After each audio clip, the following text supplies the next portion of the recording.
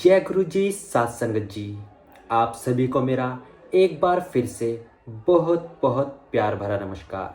सात संगत जी, आज गुरु जी का एक और प्यारा सा सत्संग आप सभी के बीच लेकर आ गया हूँ। संगत जी, सत्संग में गुरु जी का एक प्यारा सा मैसेज आप सभी के लिए हो सकता है। क्या पता गुरु जी कोई अपने स्पेशल मैसेज आप सभी तक इस सत्संग के जरिए पहुंचाना चाहते हो, तो अंत तक तो आप इस सत्संग को जरूर सुने संगत जी। और साथ ही संगत जी, अपना सत्संग भी जरूर शेयर करें। आपको मैंने एक व्हाट्सअप नंबर नीचे दिया गया है और उस व्हाट्सअप नंबर पर अपना सत्संग रिकॉर्ड कर कर मुझे भेजें। आप सभी का सत्संग भी ठीक इसी तरह इसी चैनल पर सारी संगत जी के साथ मैं जरूर शेयर करूंगा। संगत जी, चलिए सत्संग को शुरू करते हैं। सीधा सत्संग की तरफ चलते हैं। जय गुरु जी। ओम नमः शिवाय। शिवजी सदा सहाय। ओम नमः शिवाय। गुरुजी सदा सहाय। जय गुरुजी। शुक्राना गुरुजी। गुरुजी की सारी संगत जी को भी जय गुरुजी। संगत जी, आज हम मुनीत जाकर अंकल जी का सत्संग आपके साथ साझा कर रहे हैं।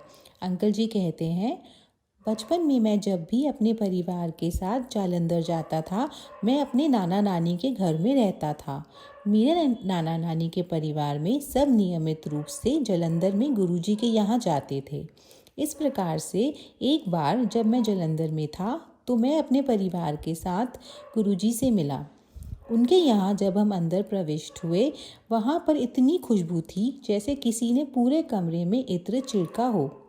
हम बैठकर देखते थे कि लोग कैसे उमड़कर आते थे गुरुजी से आशीर्वाद लेने के लिए। फिर गुरुजी अपनी मनकों की माला से गिलास के पानी को अभिमंत्रित करके हमें देते थे और हम वह जल पी लेते थे। उस जल से एक विशिष्ट सुगंध आती थी। हालांकि हम बच्चे थे, फिर भी हम बिना बेचैनी के वहाँ बैठे रहते और हमें पता ही नहीं चलता कि इतना समय कैसे गुजर जाता था। मेरे पिता एक ऐसे शख्स हैं जिन्हें भगवान के अलावा किसी और में विश्वास नहीं है। वह मुझे और मेरी माँ को गुरुजी के यहाँ जाने से मना करते थे क्योंकि उन्हें यह पसंद नहीं था। इसलिए हमने वहाँ जाना छोड़ दिया।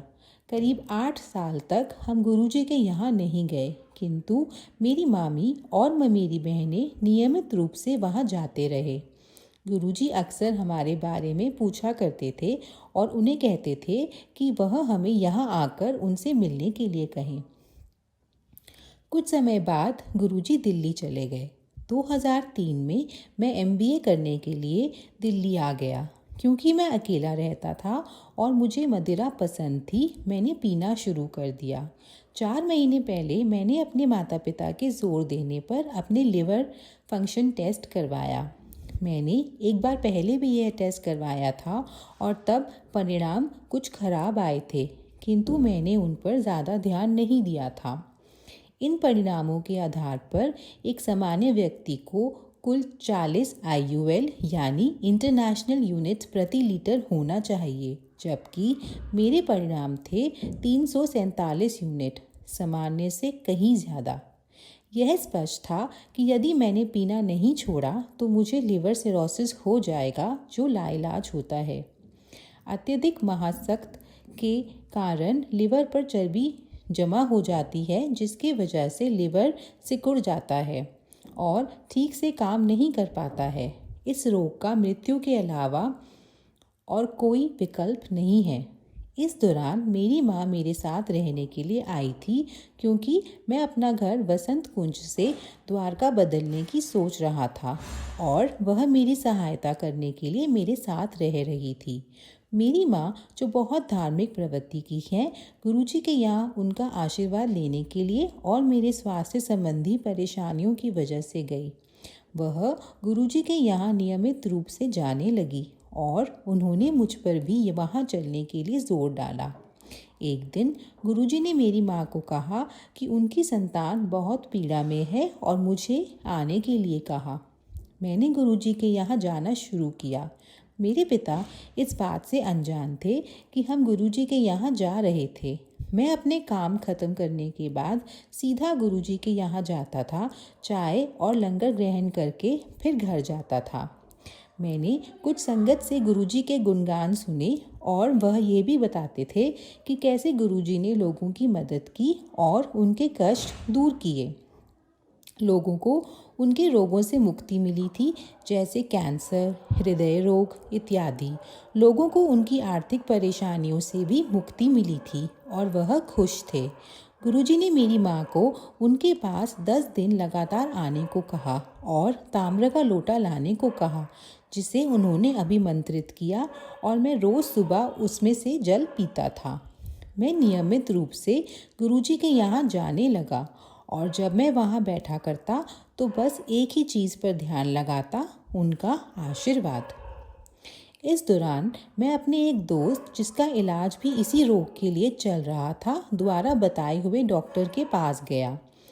मेरा यह दोस्त भी वही दवाइयाँ ले रहा था जो मुझे लेने के लिए कहा गया था। उसे यह दवाइयाँ लेते हुए 4 महीने से ज़्यादा हो गए थे और अभी तक उसके परिणाम सामान्य नहीं हुए थे। जबकि मेरे लिए एक दिन गुरुजी मेरी माँ को बोले कि उसे फिक्र करने की कोई ज़रूरत नहीं थी, क्योंकि उनकी संतान ठीक हो चुकी थी, और गुरुजी ने मुझे दोबारा जांच कराने को भी कहा। मैंने अगले दिन दोबारा जांच कराई और मैं आश्चर्यचकित रह गया जब परिणाम आए। 40 IUL आया, जो सामान्य था। मैं उनके इस चमत्कार को न ही समझ पाया और न ही कुछ प्रतिक्रिया दिखा पाया। मैंने उसी क्षण गुरुजी के यहाँ जाकर उनको इस आशीर्वाद के लिए धन्यवाद करने का सोचा। गुरुजी ने मुझसे पूछा कि क्या मैं दोबारा जांच कराया हूँ, तो मैंने हामी भर दी। गुरुजी ने मुझे कहा, ठीक है, जा ऐश कर। मैंने उनके चरण कमल छुए और गुरुजी को हृदय से धन्यवाद दिया। उसी रात मेरी माँ और नानी ने मुझे एक चमत्कार के बारे में बताया जो 10 साल पहले हुआ था। मेरी नानी को 3 बार दिल का दौरा पड़ा था और चिकित्सकों ने यह कहकर कि वह नहीं बचेंगी, आगे कुछ भी करने से मना कर दिया। मेरी माँ और मामा जी गुरुजी के पास सहायता के लिए गए, जो उन्होंने आधी रात को की। उन्होंने मेरी माँ और मामा जी को पान के पत्ते लाने के लिए कहा। मेरी नानी जहाँ लेटी हुई थी, गुरुजी ने उसके साथ वाले कमरे में स्तुति की और फिर मेरी माँ को मेरी नानी के वक्षस्थल पर पान के पत्ते रखने को कहा। 10 मिनट बाद मेरी नानी ने मूत्र त्यागा, जो एक सकारात्मक चिन्ह था, जिसके बाद चिकित्सक उन्हें बाईपास के लिए लुधियाना ले गए। गुरुजी के कारण ही मेरी नानी जिंदा है और इस बात को आज 10 साल बीत चुके हैं। कभी कभी कुछ ऐसी घटनाएं घट जाती हैं जो समझाई नहीं जा सकती। वह तभी समझी और स्वीकारी जा सकती हैं जब वह आपके खुद के साथ होती हैं। जब से मैं रोग मुक्त हुआ हूँ, मेरा गुरुजी में विश्वास दुगना हो गया है और मैं यह चाहता हूँ कि सदा ही उनका आशीर्वाद मुझ पर और मेरे परिवार पर बना रहे। यहीं पर मुनीत जाखर अंकल जी का सत्संग पूर्ण होता है। जय गुरुजी, शुक्राना गुरुजी। जय गुरुजी, शुक्राना गुरुजी। ओम नमः शिवाय, शिवजी सदा सहाय। ओम नमः शिवाय, गुरुजी सदा सहाय। संगत जी, आज हम रमन शर्मा अंकल जी का सत्संग आपके साथ साझा कर रहे हैं। अंकल जी कहते हैं, अक्टूबर 2005 में मुझे अमेरिका से नई दिल्ली डिपोर्ट किया गया।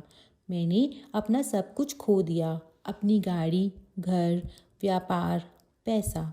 बस मेरे पास कुछ रह गया था तो वो थी मेरी पत्नी, 4 साल की बेटी और 12 साल का बेटा। उसी साल नवंबर में मेरी पत्नी और बच्चों को भी भारत वापस भेज दिया गया। हमारे रहने का कोई ठिकाना नहीं था, इसलिए हम मेरी पत्नी की मौसी के यहाँ रहे। और तो और मेरे बेटे को उसके नए स्कूल में काफ़ी परेशानियों का सामना करना पड़ रहा था।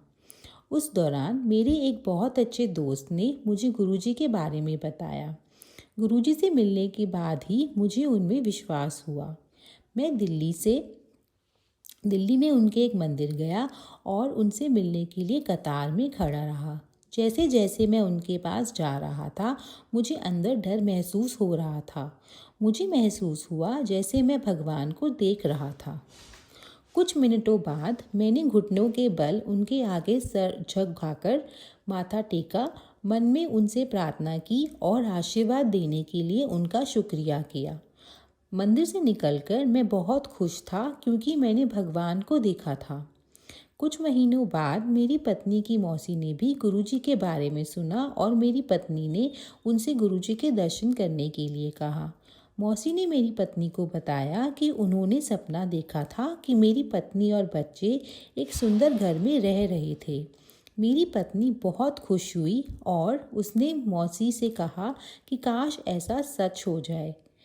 दिन गुजरते गए और साल 2007 आया। मैं चाहता था कि मेरी पत्नी अमेरिका वापस जाकर मेरा वीज़ा की प्रोसेसिंग कराए। मैंने अपनी पत्नी और बच्चों की टिकटें कराई और वे वापस अमेरिका गए। मैं गुरुजी से प्रार्थना करता रहा, पर साथ ही हनुमान जी से भी। फिर एक दिन मुझे गुरुजी का सपना आया। उन्होंने मुझसे पूछा कि मैं हनुमान जी से क्यों प्रार्थना कर रहा था। वह मेरे साथ यहाँ हैं। मैंने गुरुजी में सारे भगवान देखे, दुर्गा माता, राम जी, हनुमान जी, शिव जी, सब। मैं बहुत खुश हुआ। ये दर्शन कम से कम 5 मिनट तक चले। इस सपने के बीच बीच में खलल आती रही, पर वापस वो अपने मूल विषय पर आ जाता। फिर मेरे जीजाजी को गले का कैंसर हुआ। मैं इस बात को लेकर परेशान हो गया। एक दिन मैं अस्पताल में अपने जीजाजी के साथ बैठा हुआ था और मेरी नज़र ज़मीन पर थी। जैसे ही मैंने ऊपर देखा, मुझे एक बहुत चमकदार सफ़ेद रोशनी दिखी। जब मैंने रोशनी की ओर देखने की कोशिश की तो मुझे मुस्कुराते हुए गुरुजी अपने साथ बैठे हुए दिखे। यह उनकी महासमाधि लेने के बाद की बात है। मैं धन्य हो गया था। मेरे जीजाजी काफ़ी बेहतर महसूस करने लगे और हम घर लौट आए। मुझे बताया गया है कि सिर्फ 2 ही व्यक्ति हैं जिन्हें गुरुजी ने सारे भगवानों के दर्शन दिए हैं। उनमें से एक मैं हूँ और दूसरा है मेरा एक बहुत अच्छा दोस्त मनोज की बहन। मैं बस इतना जानता हूँ कि गुरुजी भगवान हैं। ओम नमः शिवाय, शिवजी सदा सहाय। ओम नमः शिवाय, गुरुजी सदा सहाय। जय गुरुजी। यहीं पर रमन शर्मा अंकल जी का सत्संग पूर्ण होता है। जय गुरुजी, शुक्राना गुरुजी। तो संगत जी, आप सभी को यह सत्संग कैसा लगा कमेंट में जरूर बताएं। संगत जी, कमेंट में जय गुरु जी जरूर लिखें और गुरु जी का मंत्र जाप भी कमेंट में एक बार जरूर लिख देना। संगत जी, ऐसे ही गुरु जी की संगत जी के प्यारे प्यारे सत्संग आप सभी के बीच में रोज इस चैनल पर लाता रहता हूँ, तो इस चैनल को सब्सक्राइब भी जरूर करें। साथ ही अपना सत्संग भी जरूर शेयर करें। नीचे आपको व्हाट्सएप नंबर दे दिया गया है। चलिए संगत जी, अब मैं मिलता हूँ आप सभी से किसी अगले सत्संग में। तब तक के लिए आप सभी को मेरा जय गुरु जी, सारी संगत जी को मेरा बहुत बहुत प्यार भरा नमस्कार। जय गुरु जी संगत जी।